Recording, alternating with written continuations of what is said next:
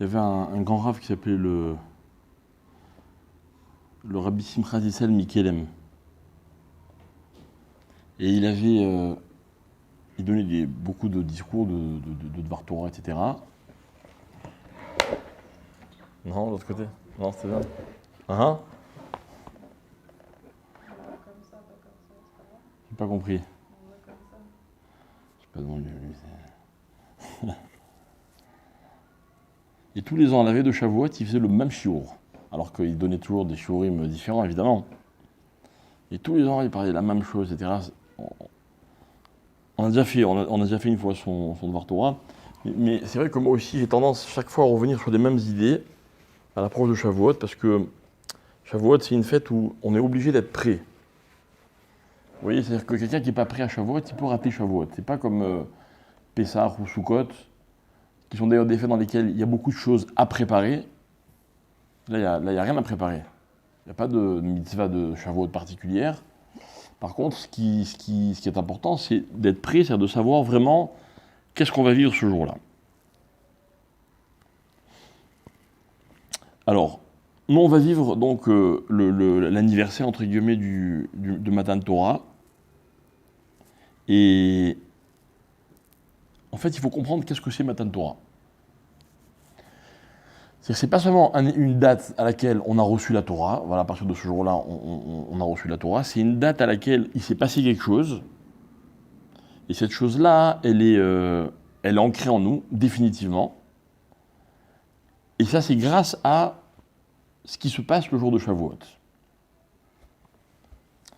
La Torah, lorsqu'elle a été donnée, elle est rentrée dans le cœur de chaque juif, et elle est rentrée définitivement chez chaque juif. C'est-à-dire que tout juif, il a au fond de lui, au minimum, une étincelle il lui reste au minimum une étincelle de ce moment-là.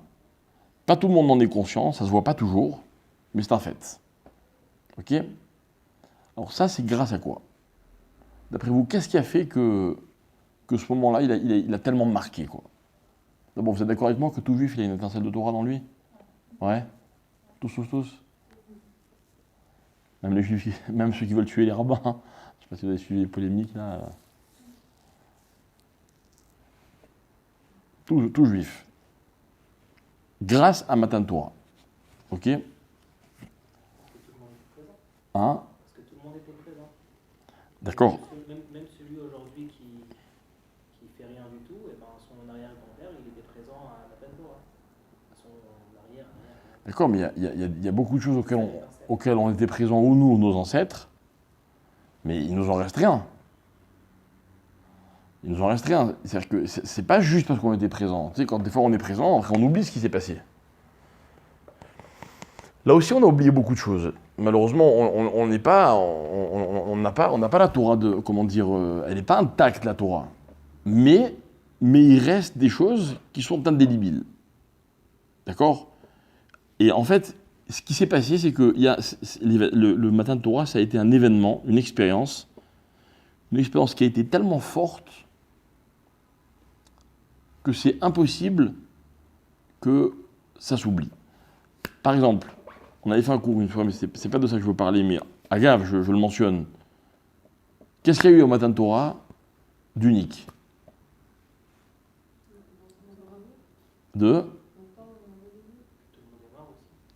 Entendre la voix de Dieu, mais surtout que tout le monde est mort. Je vous avais expliqué, vous vous rappelez, pourquoi tout le monde est mort? Pourquoi Hachem, pourquoi il a tué tout le monde? Quel intérêt? Non, ces paroles étaient trop émettes. Et les gens, ils ne pouvaient pas entendre. Alors pourquoi il a dit si les gens ne pouvaient pas entendre? Pourquoi il l'a dit si les gens ne pouvaient pas l'entendre? Ma question, c'est pas qu'est-ce qui les a tués, c'est pourquoi on a voulu les tuer. Tu comprends la différence? Pourquoi Hachem il fait ça? Quoi, pour montrer qu'il est le plus fort et que quand il dit quelque chose, il éclate tout le monde? Que quoi? C'est sûr qu'il y a eu Triat Hametim, parce que tout le monde a ressuscité. Parce que quand on est, on n'a plus de faute derrière nous. Je sais pas.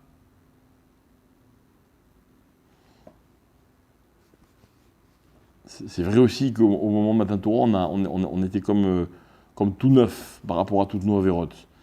Mais on avait expliqué autre chose. on avait expliqué que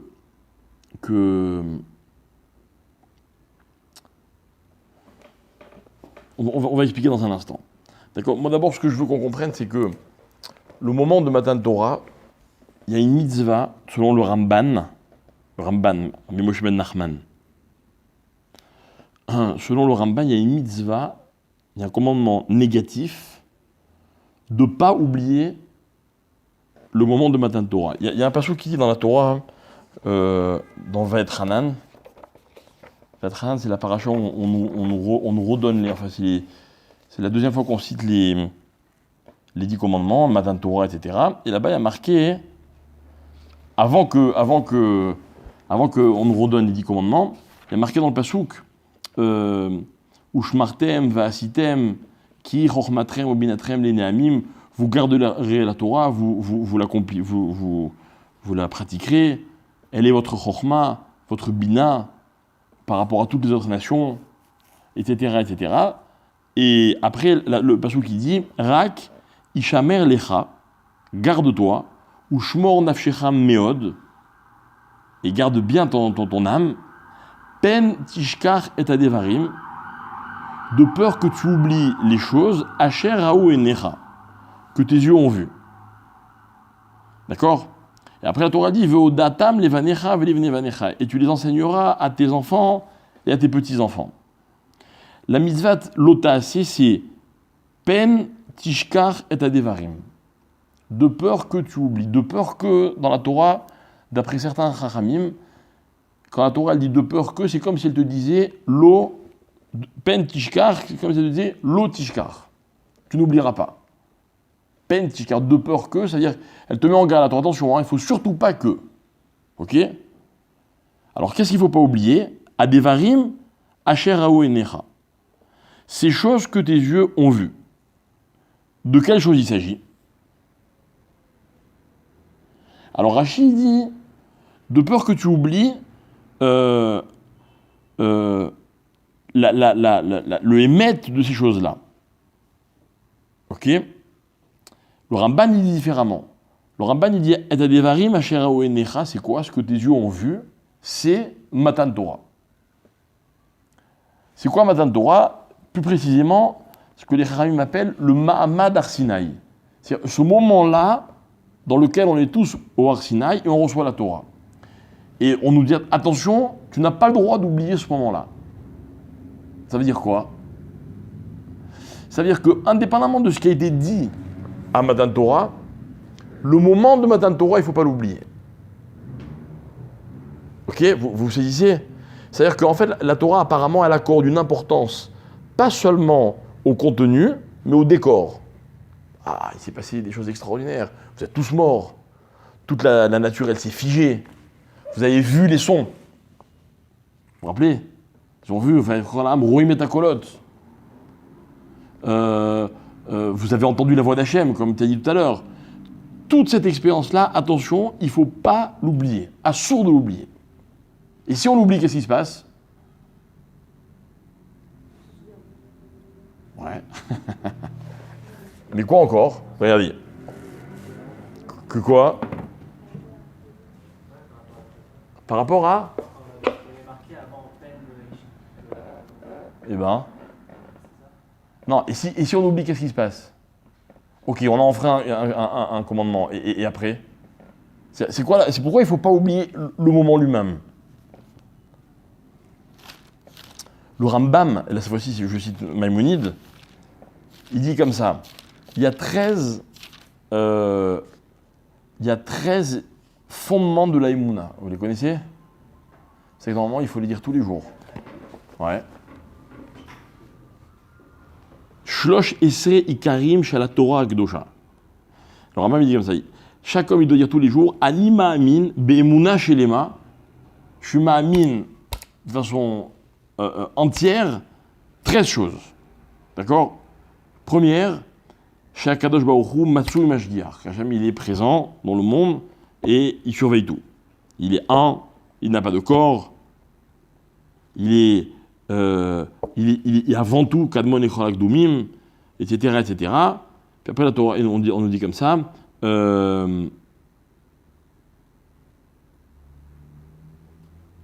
Vesha Torah netuna min Hashem. Non, pardon, excusez-moi, c'est pas ça. C'est pas ça. C'est autre chose qui s'appelle les. Excusez-moi, je me suis trompé. Les Asara Zichronot.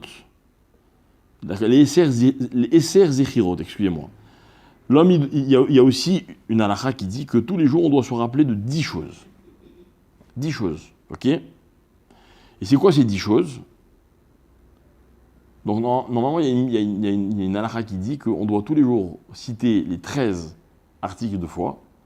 D'accord? Vous vous rappelez, un soir de Shavuot, pas l'année dernière, je crois l'année d'avant, on avait fait un chiour sur la émouna qu'on doit avoir, que les morts vont ressusciter. Je ne sais pas si ça vous dit quelque chose. Celui qui ne croit pas que les morts vont ressusciter, il croit en rien. D'accord?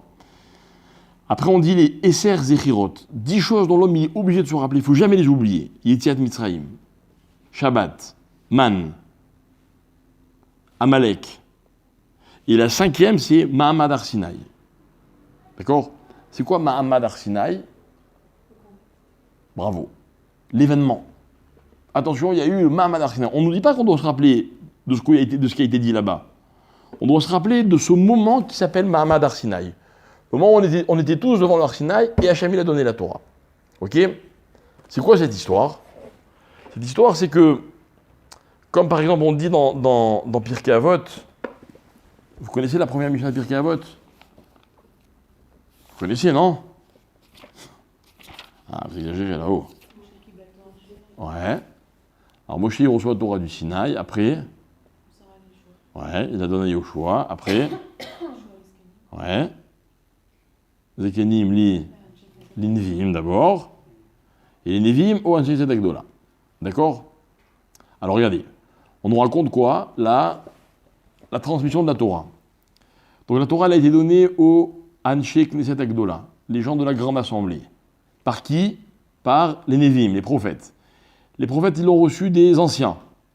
Les anciens l'ont reçu de Yoshua. Yoshua l'a reçu de Moshe. Et Moshe? Vous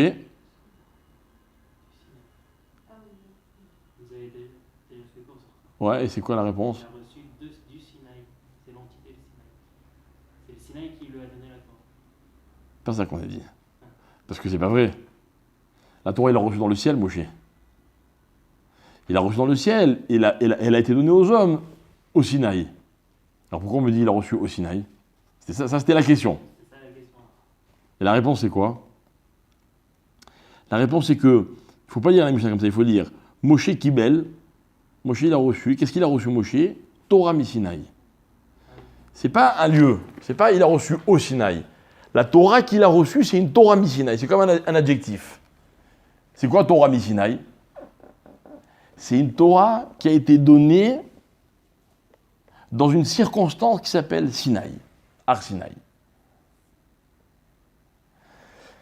Et c'est de ça que l'homme doit se rappeler. Il doit se rappeler constamment du Sinaï. Qu'est-ce qui s'est passé au Sinaï? Et celui qui l'oublie, eh ben c'est pas la bonne Torah. Regardez, c'est incroyable, la Torah, elle n'a pas changé, pas une virgule depuis l'époque du Sinaï. Ce Shabbat, nous, à la synagogue, on a au milieu de la Torah, de la créature, on est obligé de changer de Sefer Torah. Pourquoi? Non. Pire que ça. Enfin, pas pire, beaucoup moins grave que ça. Il y avait un Noun. Si vous voulez, je vous montre après le shiur. En même temps, je vais le corriger. Il y avait un Noun, et le Noun, il touchait. Le Noun Soufi, il touchait un tout petit peu, mais vraiment, on a sorti une loupe pour être sûr, quoi. La lettre qui était après, je crois que c'était une lettre qui montait, enfin peu importe. Ok, touché. Ah, pas soul. Pourquoi pas soul? Parce que c'était pas écrit comme ça. On peut pas changer. Ah, mais pourtant on voit bien que c'est un noun et que derrière. Non. S'il y a même pas une virgule, quoi. Vous voyez, une lettre qui est prête à la moindre confusion, Sefer Torah, il n'est pas cachère. Il n'est pas soul. Il faut le corriger. C'est incroyable. Pourquoi? Parce que c'est ça Torah Misinaï. Et celui qui attribue pas la Torah à cet événement-là, ben, c'est un défaut. D'accord? Alors c'est quoi l'événement? C'est quoi l'événement?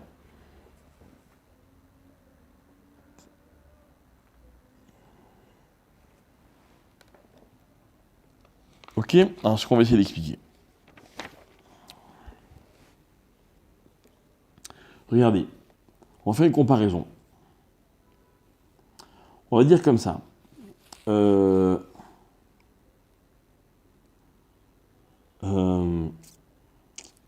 savez ce que c'est Erev Rav?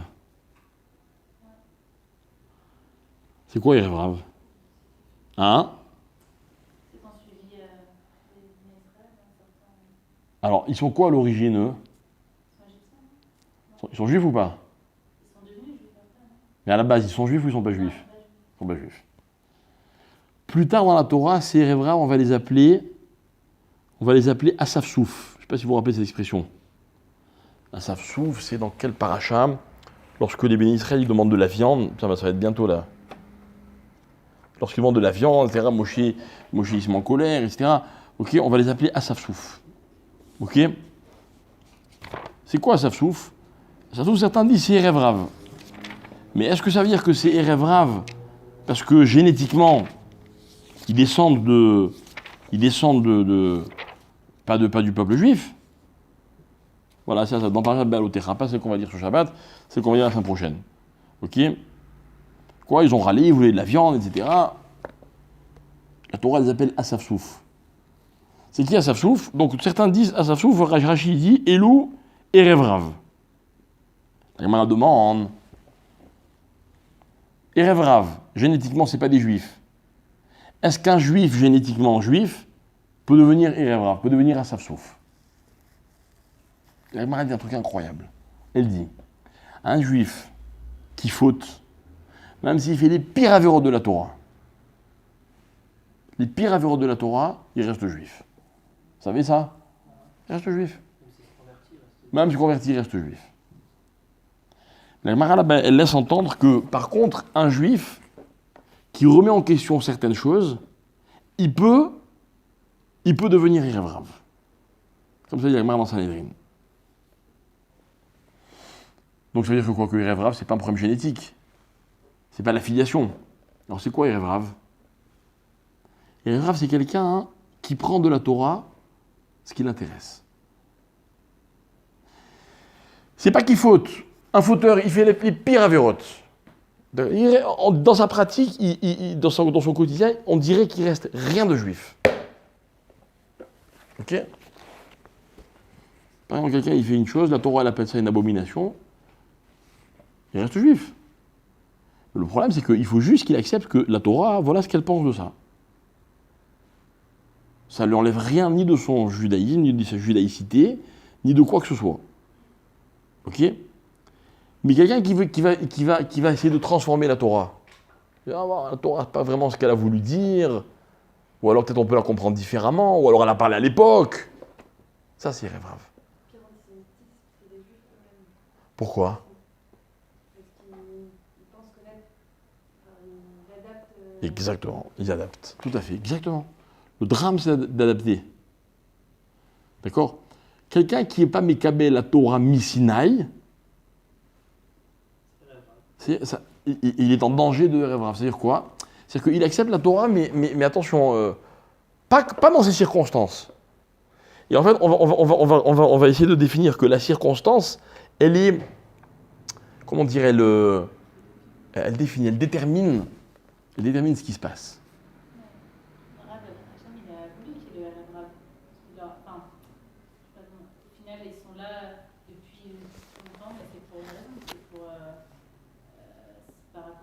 Il n'y a pas de problème. La Torah, elle permet qu'un non-juif se convertisse, il n'y a aucun problème. Un non-juif se convertit, il est comme un juif. Il a les mêmes responsabilités, il a les mêmes devoirs. Nous, on a les mêmes égards, on doit avoir les mêmes égards vis-à-vis de lui. Il n'y a pas de problème. Le Erev Rav, à la base, pourquoi on les accepte? Vakasha, celui qui veut se convertir, il accepte les règles, il se convertit, il n'y a pas de problème. On est dur avec le converti avant qu'il se convertisse. Mais une fois qu'il est converti, zéro. Maintenant, Erev Rav, c'est quoi? C'est ça qui est intéressant. Erev Rav, c'est pas forcément des convertis. Le converti, il n'est pas plus Erev Rav que le juif. Le Erev Rav, il peut être de père et de mère juif depuis Moshe Rabbeinu. Non, le lien, c'est que historiquement, C'est c'est... le premier qu'ils appelaient rêve. Non, mais c'est... Et alors? Mais non, ce que je veux expliquer, c'est que ce fameux rêve dont on parle, ce sont eux qui, à chaque fois dans le désert, ont semé le doute. On dit, ah, finalement, on regrette, on était mieux là-bas. Donc ça veut dire quoi? C'est-à-dire, quand ça vous intéresse, vous êtes juif. Quand ça vous intéresse plus, vous n'êtes pas juif. D'ailleurs, regardez, chaque fois ça se calme. Ah non, ça va, c'est bon. Ils ont voulu la viande, ils l'ont eu. Ah, ça va, on redevient des bons juifs. Torah Misinaï, c'est quoi? C'est le contraire. Torah Misinaï, c'est une Torah qui est authentique, qui va jamais changer. Et la raison pour laquelle l'événement il est tellement fort, on en meurt.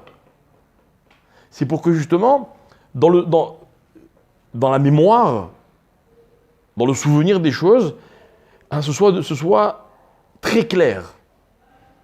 Vous savez ce que c'est un moment intense? C'est un moment qui marque.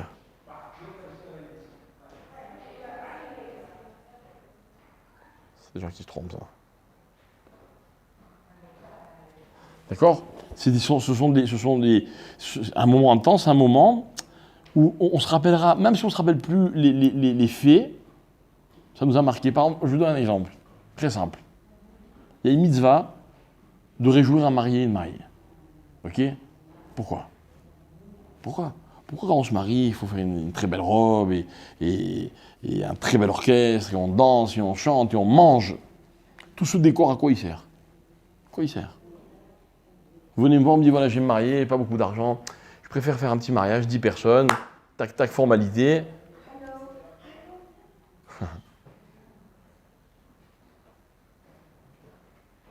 Formalité, et puis voilà, c'est tout que j'ai besoin de plus.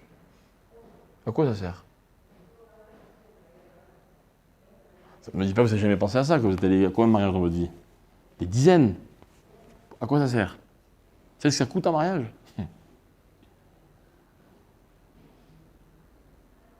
Ça sert que si c'est un moment qui n'est pas intense, on a peur qu'on l'oublie. L'intensité de ce moment, il va aider le couple dans sa vie future. Hein? Si, c'est grave. L'important, c'est de vivre. Non, je t'explique. Tu verras, si tu veux, bientôt, Bézat Hachem, que ce qui est important, c'est pas de se rappeler qui était là, et qu'est-ce qu'il a chanté comme chanson, et combien on a dansé, et qu'est-ce qu'on a mangé. Mais l'intensité, il faut que tu t'en souviennes. Ah, parce que cette intensité-là, elle va te donner le courage et la force, l'énergie que tu n'aurais peut-être pas eu sans d'affronter la vie et tous les changements qu'implique un mariage. Tu vois, à Mavdil, c'est comme la Torah. Enfin, même pas Mavdil, on est dans l'esprit complètement. La Torah, si tu oublies dans quelles circonstances tu l'as reçue, alors quoi? Ok, alors, ce que tu as appris, ce que tu n'as pas appris, ce dont tu te souviens, ce que tu oublies. Mais ça ne peut pas être comme ça. La Torah de Dan, c'est pas la Torah dont Dan se rappelle.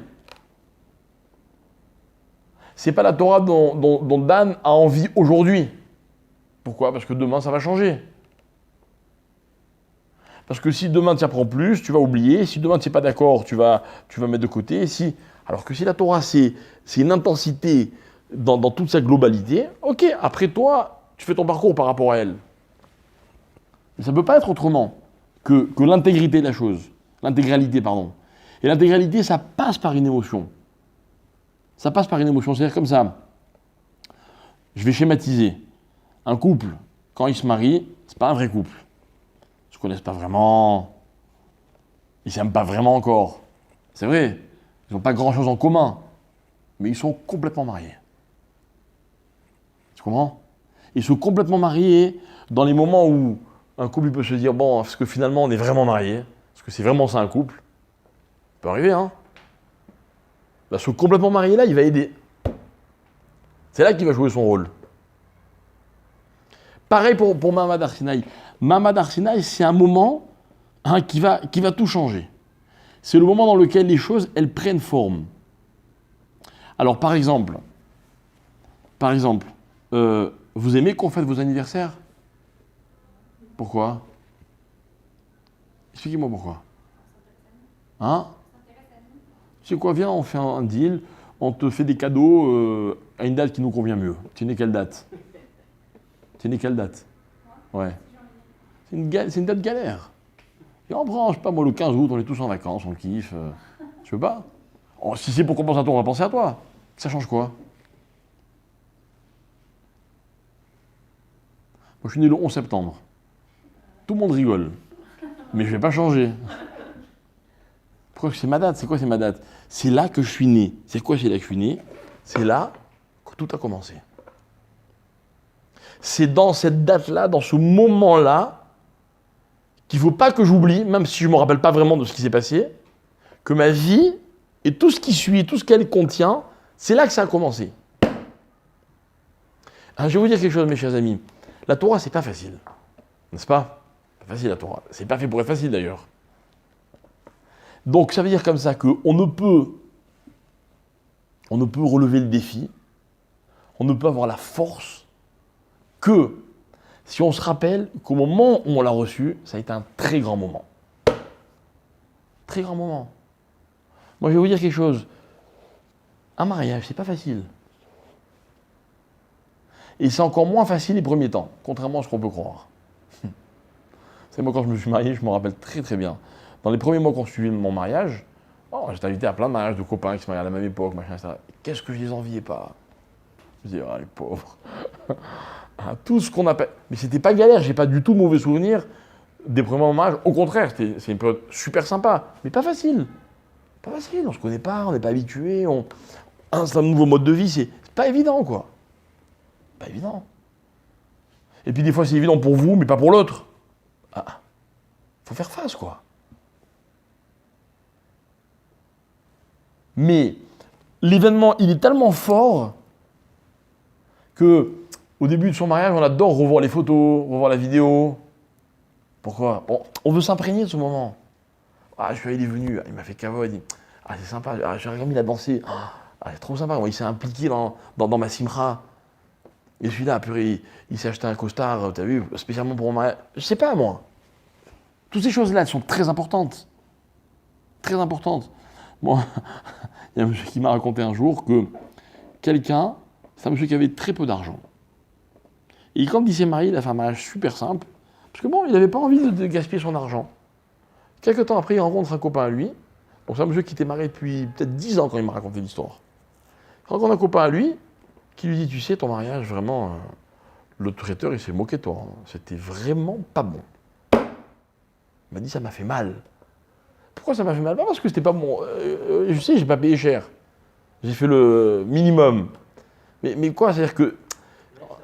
Voilà, et qu'il s'est rappelé que de ça, quoi. C'est ça de mon mariage. T'as mal mangé. Il m'a raconté qu'après l'autre, il s'est suivi. Il dit non, pas du tout, c'est pas vrai. Bon, tu vois, après, il se rattrape en disant mais on a dansé comme des fous, c'était une ambiance de folie. Mais c'est important, vous vous rendez compte, si vous dites à quelqu'un pour ton mariage. D'accord? C'est-à-dire quoi? L'intensité du moment. L'intensité d'un moment, c'est très important. Vous savez, je vais vous dire quelque chose. Dans une relation, vous savez, il y a toujours de relations, mariage, parents-enfants, c'est ces relations qui durent toute la vie, si Dieu veut. Qu'est-ce qui fait qu'une relation, elle peut rester belle, d'après vous? Il n'y a pas trop de marge de manœuvre, on ne peut pas innover sans arrêt. Pas possible. Mais quoi? Par exemple. Et si ça s'est mal passé au début? Ça c'est une évidence, c'est la base, ça n'a même pas la peine d'en parler. Non, je vais vous dire quelque chose, c'est très simple. Il faut savoir créer des moments intenses. Qu'est-ce que c'est un moment intense? Un moment intense, par exemple, c'est quand vous offrez un cadeau à un enfant. La plupart du temps, le cadeau, il compte pas. Vous savez, il y a un magasin à Kolb et Shekel. Vous connaissez? Magnifique magasin. Nous, on y va de temps en temps, on achète des cadeaux pour les enfants, 50 shekels. Pour 2 ans. Non, mais vraiment, c'est 50 shekels, c'est des cadeaux à 1 shekel, quoi. Vraiment, ça vaut 1 shekel. Hein. Mais quand vous donnez à un enfant, et que vous rendez le moment où vous lui donnez, ou bien que l'enfant, il faut qu'il le mérite, s'en fout l'enfant comment vous l'avez payé le cadeau. On n'a rien à faire. Si c'est intense, c'est intense. Si vous achetez un cadeau très cher et vous lui donnez mal, entre guillemets, dommage. C'est pareil pour lui. C'est pareil entre un homme et une femme. Vous verrez, vos conjoints, ce qui se compte, c'est pas qu'est-ce qu'ils vous offrent. C'est dans quelles circonstances. Quand on est capable, tu dis la surprise, pourquoi je t'ai dit par exemple? Parce qu'une surprise, c'est intense, quoi. Plus la personne elle est surprise, et plus, oh, c'est un kiff. La même chose, pas en surprise, sympa. Mais c'est pas le même, la même émotion, quoi, vous voyez? Alors, dans Ma'amad Sinaï, il y a une émotion. Et cette émotion, mes amis, elle a un but. Et là maintenant, on va faire un tout petit peu de psychologie. Ok? Quand quelqu'un monte à la Torah, par exemple, ok, comment on appelle quelqu'un qui monte à la Torah? On dit son prénom et quoi d'autre? Nom de son père. Pas dans toutes les communautés, mais dans la plupart des communautés. Ok? Pourquoi on dit nom de son père? À quoi ça sert, le nom de son père? Moi, je crois qu'il y a une explication qui est la suivante. C'est que le père d'une personne, ok, donc maintenant je parle surtout au masculin, vous voyez, le père d'une personne, c'est le commencement de la personne. C'est quoi le commencement de la personne? Regardez, le début d'une vie, c'est le moment de la conception, n'est-ce pas? Même si la personne, elle n'existe pas en tant que personne, mais c'est là que tout commence.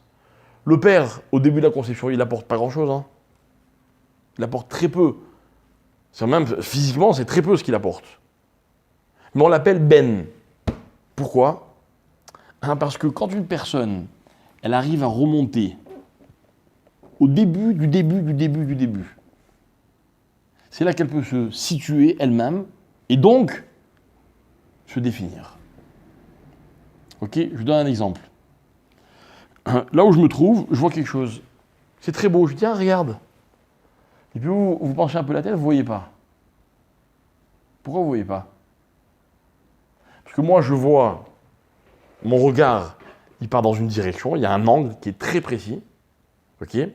Et cet angle me permet une perspective qui aboutit à ce que je suis en train de regarder. Mais je ne peux voir ce que je suis en train de regarder que parce qu'elle commence là où je me trouve. Si je me trouve à un autre endroit, donc ma perspective, elle commence ailleurs, je ne vois plus du tout la même chose. Ok? Regardez. Il n'y a pas longtemps, je parlais avec un psychologue et il me disait la chose suivante. Il me disait, il y a des psychologues qui, quand vous leur soumettez un problème, ils vous disent, bon, alors, on va essayer de chercher d'où ça vient. Et ils vous font parler, en espérant que vous allez dire la phrase qui va leur permettre, ou vous permettre, de réaliser, ah, voilà la cause du problème.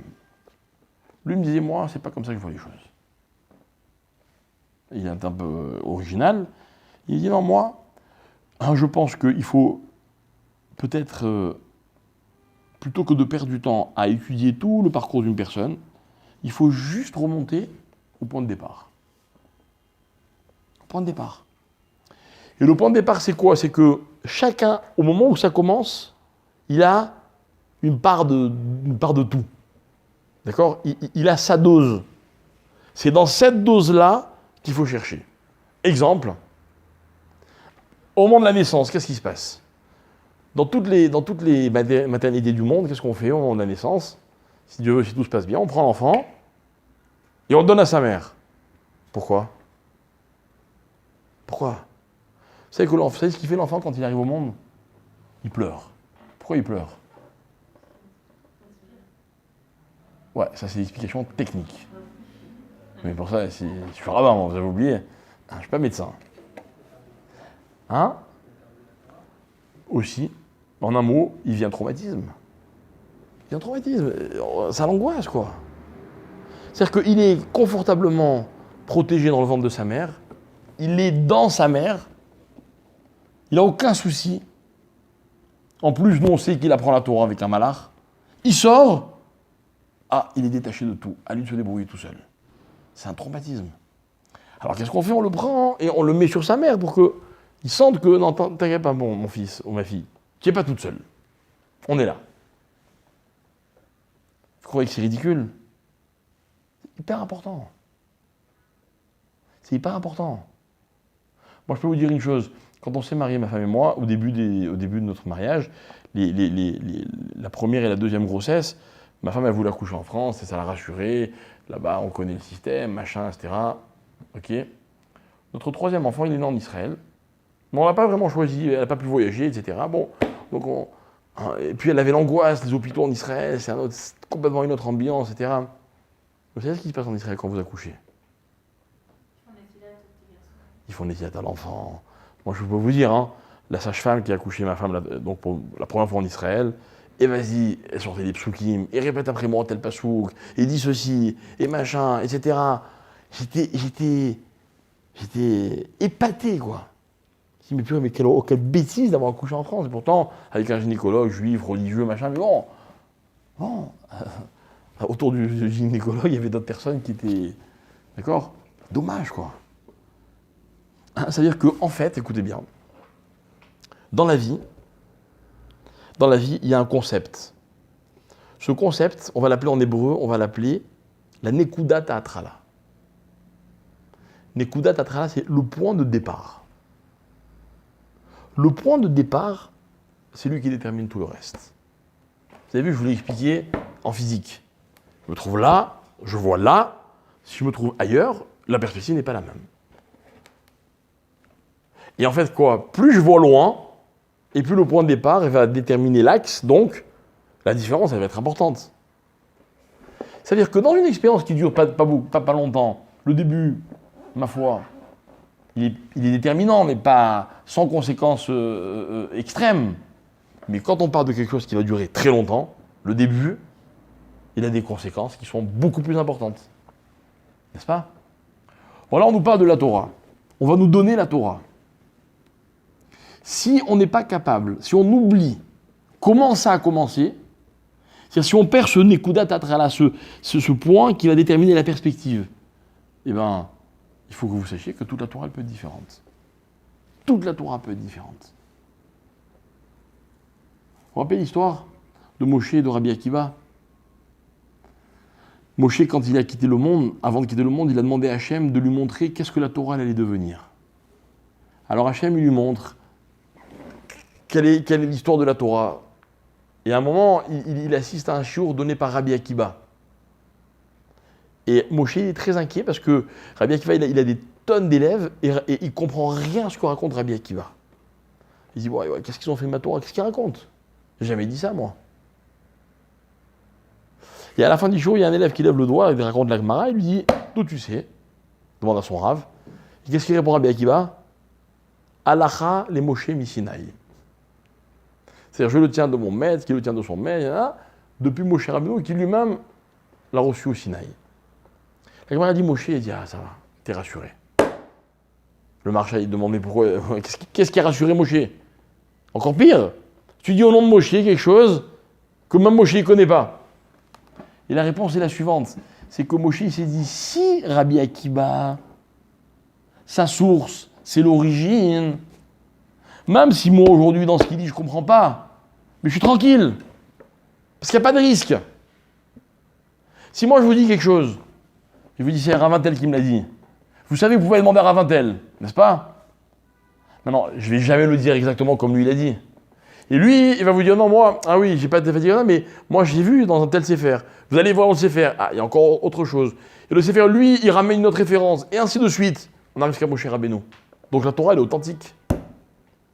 C'est-à-dire qu'une Torah, pour qu'elle soit Torah, il faut qu'elle soit Misinaï. Si elle n'est pas Misinaï, la Torah, ça ne peut pas être la même. Même si vous dites les mêmes choses. Pourquoi? Parce qu'il y aura peut-être toujours un noun qui aura été collé à la Med, et on peut se tromper, vous voyez? C'est fou. C'est fou, mais c'est ça la Torah. C'est ça. La Torah, c'est des détails extrêmement précis. Jamais ils ont varié d'un iota. Jamais. Jamais.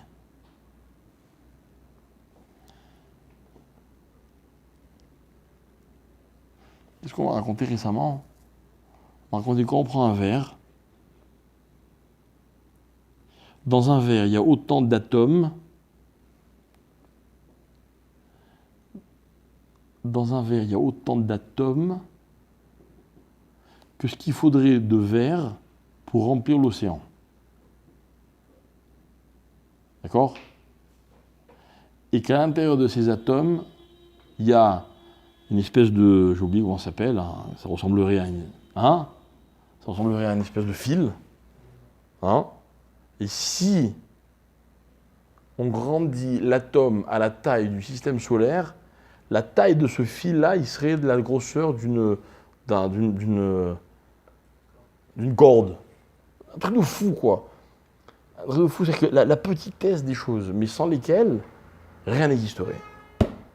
Rien n'existerait. C'est-à-dire que la moindre petite variation va avoir des conséquences qui sont considérables. Vous savez, sans être un sociologue, mais vous savez, souvent dans les milieux religieux, on leur reproche d'être très fermés. Ils n'aiment pas le progrès. Ils n'aiment pas le progrès. Et ils vous disent, ils ont une théorie. Ils vous disent, tout ce qu'on change, ça a des répercussions qui peuvent être terribles. Maintenant, dans 1 an, dans 5 ans, dans 10 ans, dans 50 ans, je ne sais pas. Mais un jour, les répercussions, qu'on ne pourra plus corriger, parce qu'on ne pourra plus revenir en arrière, un jour, elles seront terribles. Donc aujourd'hui, il ne faut pas changer. Ils ont raison ou ils ont tort? Ouais, mais comme tu ne sais pas, il vaut mieux garder ce que tu as. Rappelle-toi l'histoire de celui qui voulait une grande barbe, ça te rappelle? Le Rav, il a dit, je peux te changer, mais il y aura d'autres choses qui vont changer avec. Le changement, il n'est pas bien dans tout. Il est dangereux. Pas dit qu'il n'est pas bien, il est dangereux. On ne peut pas savoir. On ne peut pas savoir.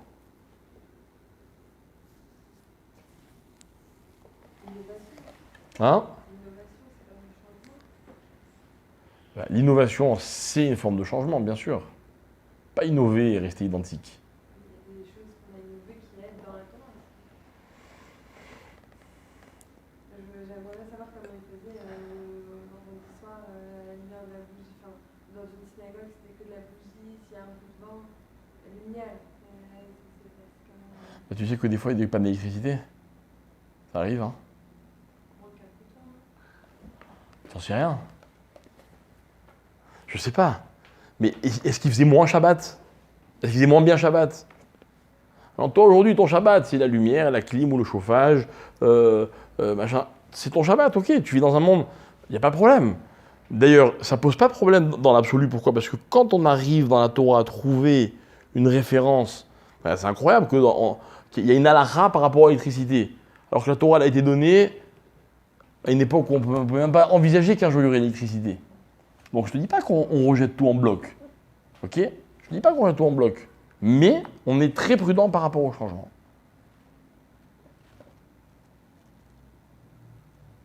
Alors,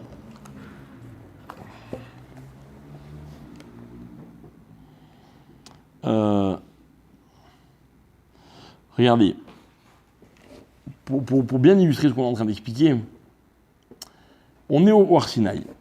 Hachem parle au Béné Israël. Quelle est la première chose que dit Hachem? Hein? Je t'ai pas demandé la deuxième, je t'ai demandé la première. Voilà.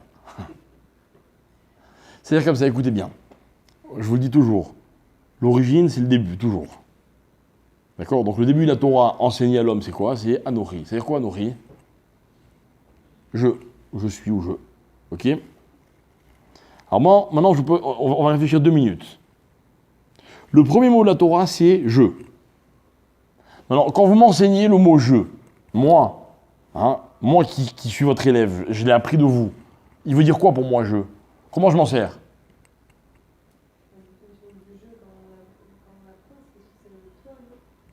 Non. Ah non, ça c'est déjà Hachem. Anochi, Hachem, j'apprends que lui, il est Hachem. Mais quand il n'y a que Anochi, d'abord, avant d'arriver à Hachem, Anochi c'est quoi? Moi aussi je suis Anochi. Bon, n'est-ce pas? Regardez, j'ai une question. Avant la Torah, ça existait Anochi? Je ne connais pas la réponse. Mais je sais une chose, c'est que avant la Torah, si Anochi existe, c'est Anochi qui n'est pas Torah. Maintenant que la Torah m'est donnée, et que la Torah passe par Anochi, qu'est-ce que j'apprends? J'apprends qu'en fait, le premier enseignement de la Torah, c'est un Anochi à travers la Torah. C'est fabuleux. Fabuleux. Dis-moi, qui est plus détenteur de la Torah, vous ou moi, ou elle, ou lui? Qui est plus? Personne. Pourquoi personne? Voilà, il y a un juif qui est religieux, il y a un juif qui l'est moins, il y a un juif qui est complètement ignorant, il y a celui qui est renégat, vous voyez, il y a toutes sortes de juifs. Mais la Torah, elle est à tout le monde. Pourquoi elle est à tout le monde? Parce que le premier mot de la Torah, c'est « je ». Il y a un homme qui ne peut pas dire « je ». Maintenant, avant la Torah, quand les hommes disaient « je », ça voulait dire ce que ça voulait dire. Peut-être même qu'ils le disaient différemment. Maintenant que la Torah a été donnée et qu'elle m'a enseigné ce que c'est « je », avec la Torah, c'est notre dimension. C'est notre dimension. En même temps, ce qui est beau, c'est quoi? C'est que la nekudat atrala de la personne, c'est quoi? C'est quoi votre nekudat atrala? C'est quoi? C'est votre je. Quelqu'un qui n'a pas de moi, qui n'a pas de je, il ne peut rien faire. Rien. Rien. Je ne peux pas réussir dans quelque chose si d'abord je ne suis pas défini par rapport à cette chose. Ou par rapport à moi-même, pardon. Je ne peux pas aimer quelqu'un d'autre si je ne m'aime pas à moi. Je ne peux pas comprendre quelqu'un d'autre si, d'abord, je ne me comprends pas à moi. Et ainsi de suite. C'est-à-dire que Nekudata Trala de l'homme, c'est je. Regardez, Nekudata Trala de la Torah, c'est quoi? Je. C'est pas fabuleux, ça? Maintenant, écoutez bien. Un homme qui n'a pas de Torah, quand il dit je, ça veut dire une certaine chose. Je ne sais pas quoi. Demandez-lui à lui. Mais moi qui ai reçu la Torah, j'ai appris de la Torah que le commencement du début, c'est je, mais dans la Torah. Celui qui oublie la atrala, la nekudata atrala, comment vous voulez qu'il passe à l'étape d'après? C'est-à-dire que moi j'arrive à Shavuot, je dis bon, ne me racontez pas ce qui s'est passé à l'époque du Har Sinaï, ça ne m'intéresse pas. Là maintenant, on reçoit la Torah, racontez-moi. Je lui dis mais attends, tu ne peux pas brûler les étapes, c'est pas possible.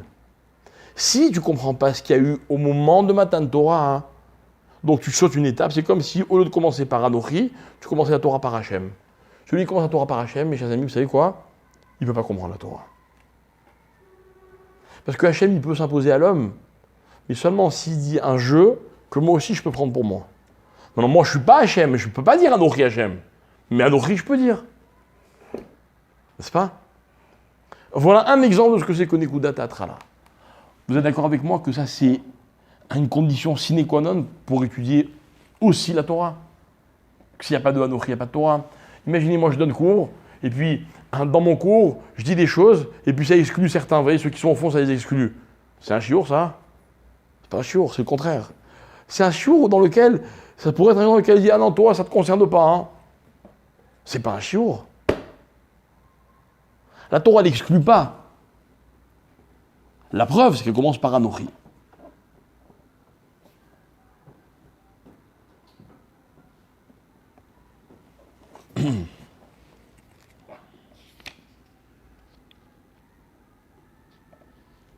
Maintenant, ce qui est intéressant, c'est quoi? C'est que le Ramchal, qui était aussi on va dire un philosophe de la Torah, un Avdil, le Ramchal, il dit comme ça, il dit en fait chaque personne, elle a sa façon de réfléchir, elle a sa façon de comprendre, elle a sa façon de voir les choses, etc., etc. Pourquoi chaque personne, elle est différente? Parce que chaque personne, elle a un Anochi qui est différent de l'autre. C'est-à-dire que Hachem, il dit Anochi, ok, il y a 600 000 juifs qui écoutent la Torah, il y a 600 000 Anochi différents. Et ce qui est intéressant, c'est que sur le Hachem, il n'y a pas de marloquette, tout le monde comprend ce que c'est Hachem. Enfin, on comprend tous la même chose en tout cas. Mais le Anochi, le premier mot, la Nekudata Atrala, c'est jamais la même chez chaque personne. Chez aucune personne, c'est la même.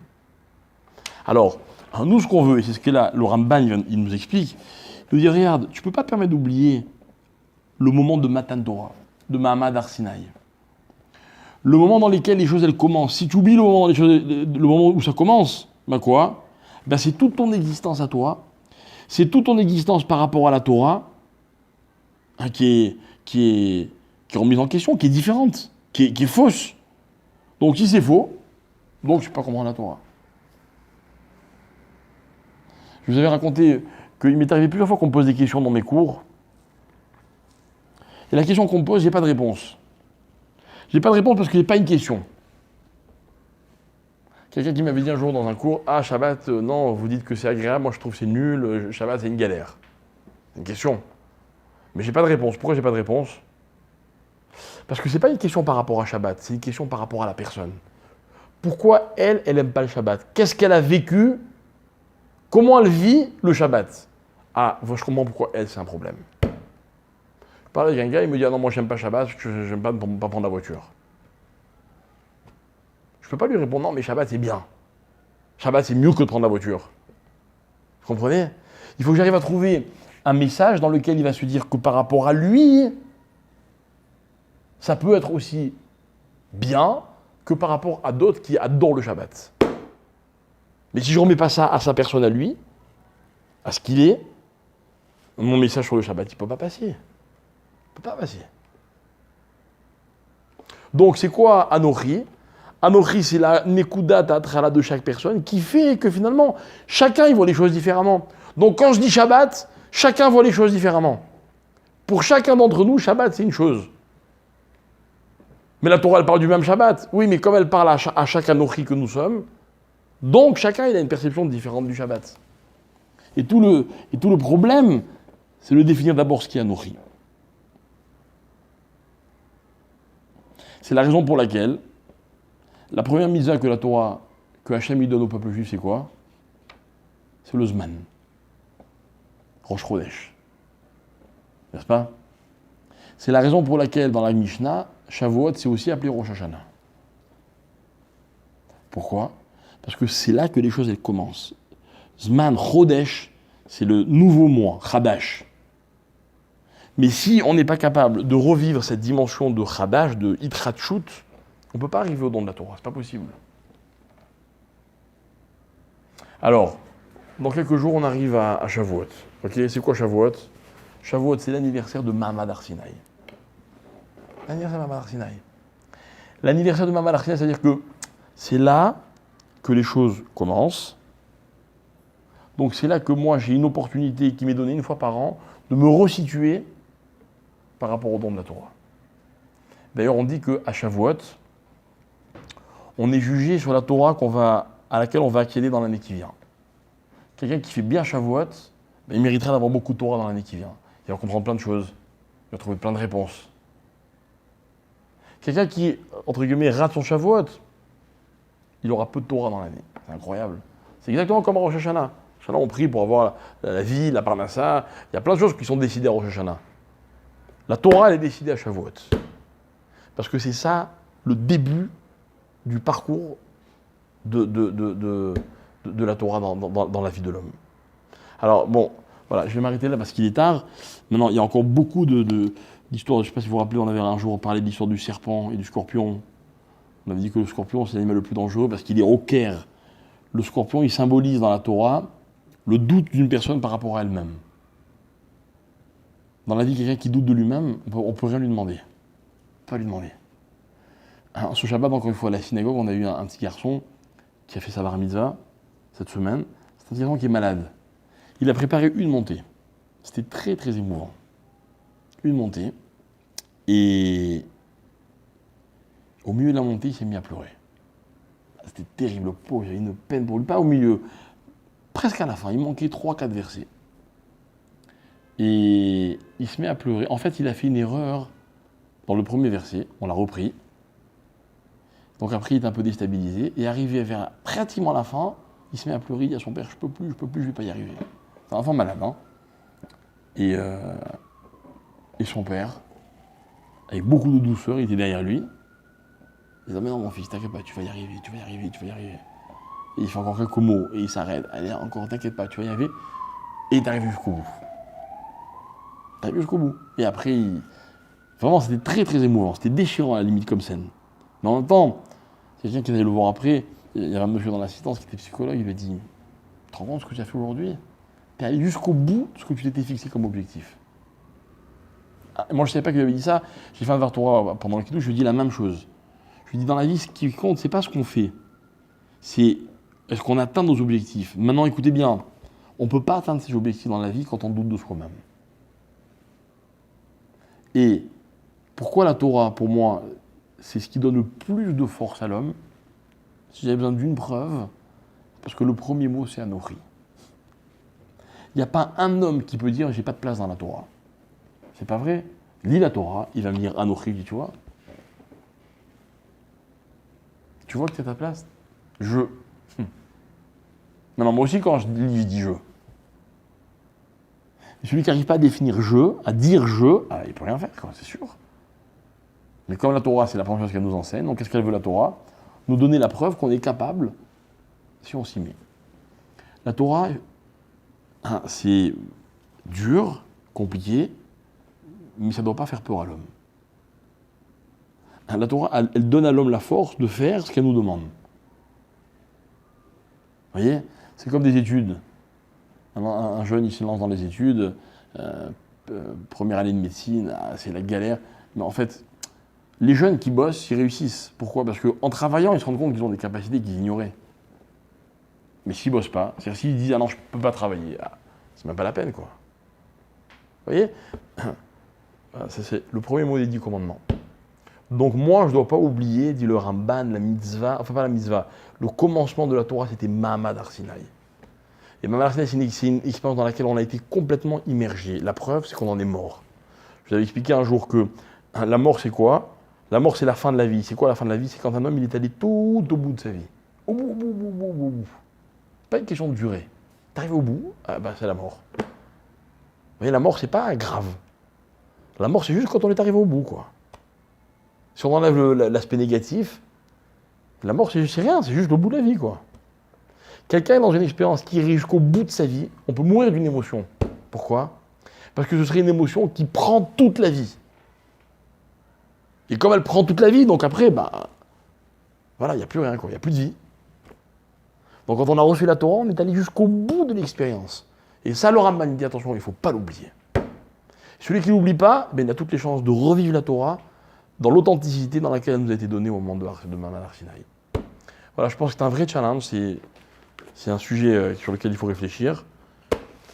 C'est pas encore officiel, mais je pense qu'à Shavuot, on va faire un shiur dans lequel on va parler de la récompense des mitzvot. Parce qu'il y a des textes dans lesquels on voit que celui qui fait une mitzvah, il est récompensé, celui qui fait une avéra, il est puni. Et il y a des textes dans lesquels il est écrit exactement le contraire. On va essayer d'un petit peu, peut-être, en principe ça va être ça, d'approfondir ce sujet, de voir comment dans la vie, ce que fait un homme a des conséquences qui peut voir. Évidemment, il y a des conséquences qu'on ne voit pas, mais il y a aussi des conséquences qu'on peut voir. Voilà, alors bonne fin de semaine, et voilà, Bezrat Hashem, à Shavuot, ceux qui seront avec nous.